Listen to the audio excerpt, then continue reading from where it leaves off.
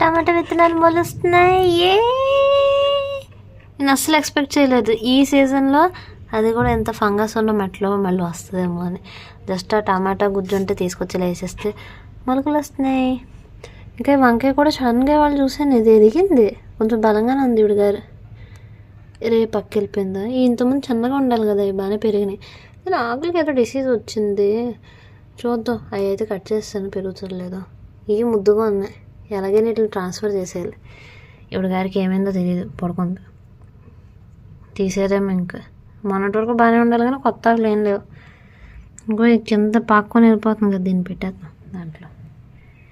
ఇది క్రేపర్ కూడా ఇంతకుముందు ఏదో డిసీజ్ వచ్చినట్టే ఆకులకు పోద్ది అనుకున్నాం, కానీ ఇదిగో పక్కన చిగురేసుకొచ్చింది ఎంత గుట్కల. బతికించకుండా ఇట్లా ట్రాన్స్ఫర్ చేసేయాలి. దీనికి అప్పుడే టెండిల్స్, దీన్ని ఏమంటారో కూడా తెలియదు, పాకడానికి రెడీగా ఉంది. దానికి ఇదేం సరిపోద్ది, ఈ షీట్లో పాప పెద్దగా పొడుగ్గా అయిపోయినాయి అన్నీ. దీనికి అసలు ఎక్స్పెక్ట్ చేయలేదు. దాని పువ్వులో ఏదో బడ్స్ ఉన్నాయి, పువ్వులు అనుకుంటున్నాను. ఎక్కడెక్కడ నుంచో పైకి కిందకన్నా ఎక్కేసి వచ్చింది ఇక్కడ వరకు.